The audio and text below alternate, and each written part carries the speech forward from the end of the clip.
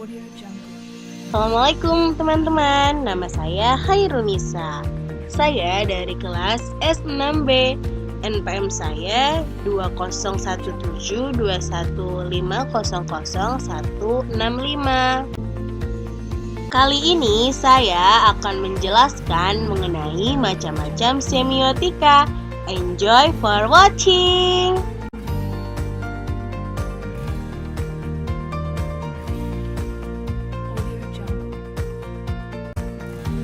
Semiotika menurut para ahli ialah menurut Theo dalam Danesi 2010, 3, semiotika merupakan model sastra yang mempertanggungjawabkan seluruh faktor dan aspek hakiki untuk pemahaman gejala sastra. Ialah sebagai alat komunikasi yang khas di dalam masyarakat dimanapun juga. Yang kedua, menurut Zos dalam Piliang pada tahun 1999-12,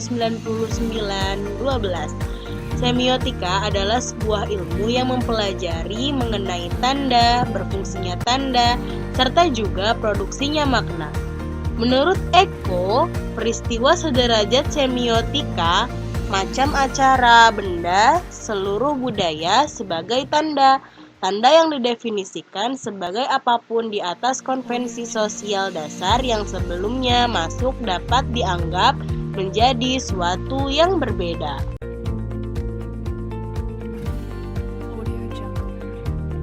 Menurut Umberto Eco dan Hood, macam-macam semiotika dibagi menjadi dua.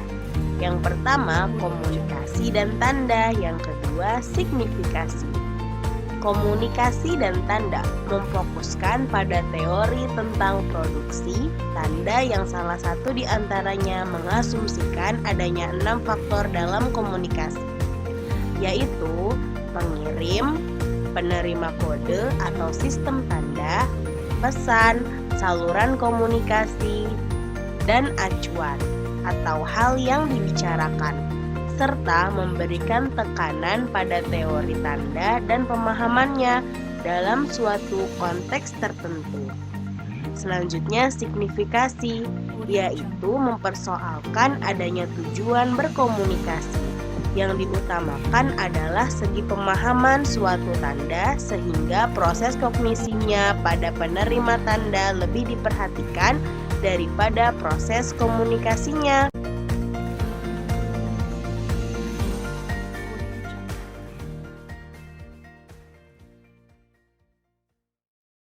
Semiotika terbagi menjadi 9 macam. Yang pertama, semiotik analitik. Yang kedua, semiotik deskriptif.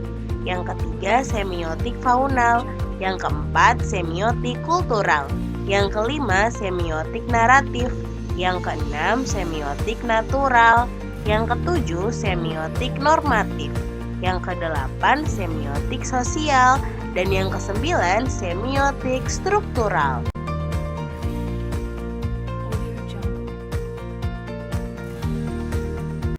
Macam-macam semiotika sekurang-kurangnya terdapat 9 macam yang kita kenal sekarang. Berikut penjabarannya.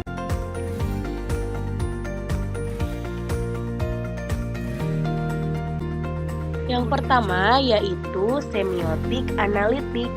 Semiotik yang menganalisis sistem tanda. Page mengatakan bahwa semiotik berobjekkan tanda dan menganalisisnya menjadi ide, objek, dan makna. Ide dapat dikatakan sebagai lambang, sedangkan makna adalah beban yang terdapat dalam lambang yang mengacu kepada objek tertentu. Contoh, seorang yang mempunyai suatu ide dalam pikirannya, lalu ide tersebut digambarkan menggunakan alat tulis menjadi suatu benda atau simbol, dan benda tersebut mempunyai makna di baliknya.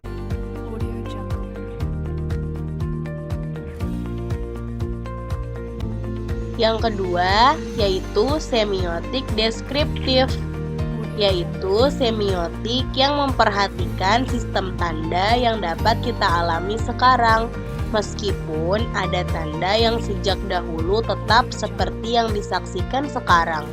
Misalnya, langit yang mendung menandakan bahwa hujan tidak lama lagi akan turun. Dari dulu hingga sekarang tetap saja seperti itu. Demikian pula jika ada ombak memutih di tengah laut, itu menandakan bahwa laut berombak besar. Namun, dengan majunya ilmu pengetahuan, teknologi, dan seni, telah banyak tanda yang diciptakan oleh manusia untuk memenuhi kebutuhannya.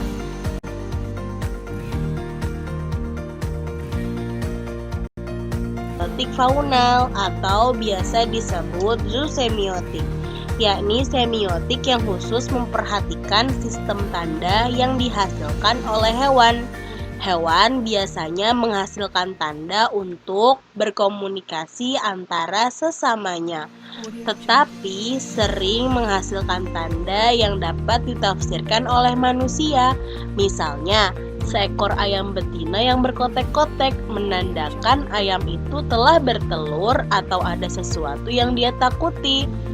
Induk ayam yang sedang membunyikan krek-krek-krek memberikan tanda kepada anaknya untuk segera mendekat, sebab ada makanan yang dia temukan.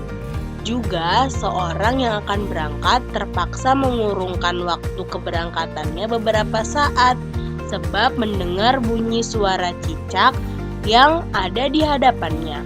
Tanda-tanda yang dihasilkan oleh hewan seperti ini menjadi perhatian orang yang bergerak dalam bidang semiotik faunal.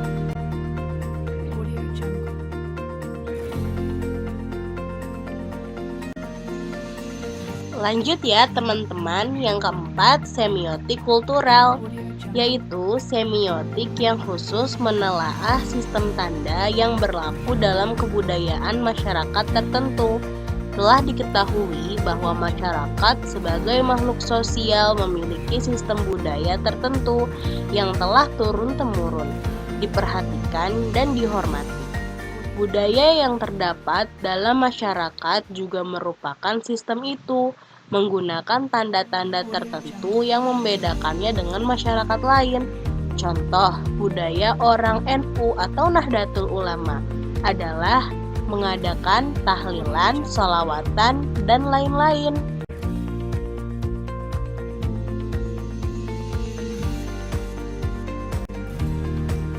Yang kelima, semiotik naratif. Semiotik yang menelaah sistem tanda dalam narasi yang berwujud mitos dan cerita lisan atau folklore. Telah diketahui bahwa mitos dan cerita lisan ada di antaranya memiliki nilai kultural yang tinggi. Itu sebabnya Greimas pada tahun 1987 memulai pembahasannya tentang nilai-nilai kultural ketika ia membahas persoalan semiotik naratif.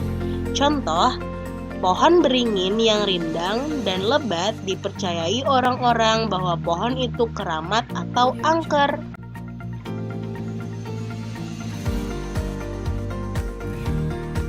Yang keenam, semiotik natural. Semiotik yang khusus menelaah sistem tanda yang dihasilkan oleh alam. Air sungai keruh menandakan di hulu telah terjadi hujan, dan daun pohon-pohon yang menguning lalu gugur.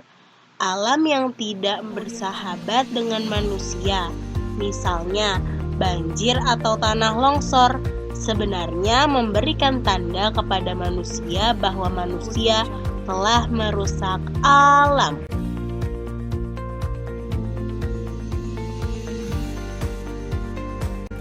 Yang ketujuh, yaitu semiotik normatif. Semiotik yang khusus menelaah tanda yang dibuat manusia yang berwujud norma-norma, misalnya rambu-rambu lalu lintas. Di ruang kereta api sering dijumpai tanda yang bermakna dilarang merokok.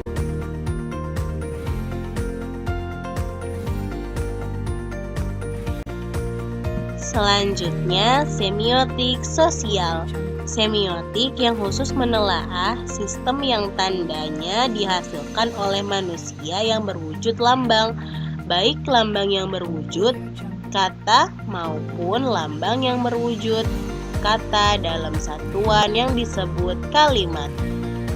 Dalam buku Halliday pada tahun 1978 berjudul Language Social Semiotic, dengan kata lain semiotik sosial menelaah sistem tanda yang terdapat dalam bahasa. Contoh, lagunya Niji yang berjudul Laskar Pelangi yang memiliki makna kata yang baik dan indah. Yang kesembilan yaitu semiotik struktural. Semiotik yang khusus menelaah sistem tanda yang dimanifestasikan melalui struktur bahasa, baik itu bahasa verbal maupun bahasa non-verbal. Sifat verbal adalah tanda-tanda yang digunakan sebagai alat komunikasi, dihasilkan oleh alat bicara. Misalnya, percakapan secara langsung, secara bertatap muka, mendengarkan berita atau cerita, interaksi guru atau dosen dengan murid, atau mahasiswa saat mengajar, aktivitas jual beli antara penjual dan pembeli. Adapun contoh tanda bahasa nonverbal yang dihasilkan dari bahasa tubuh yaitu yang pertama, acungan jempol sebagai tanda hebat atau bagus. Yang kedua, bersalaman sebagai tanda persahabatan atau pernyataan iya. Yang ketiga, anggukan kepala sebagai tanda hormat. Yang keempat, gelengan kepala sebagai tanda pernyataan tidak atau bukan. Contoh tanda yang bersifat nonverbal melalui suara atau bunyi yaitu yang pertama, siulan sebagai tanda gembira atau memanggil.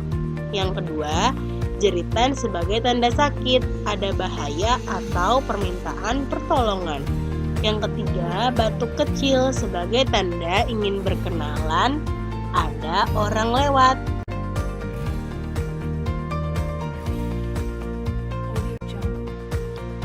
Jangan lupa untuk like, comment, and subscribe. Terima kasih.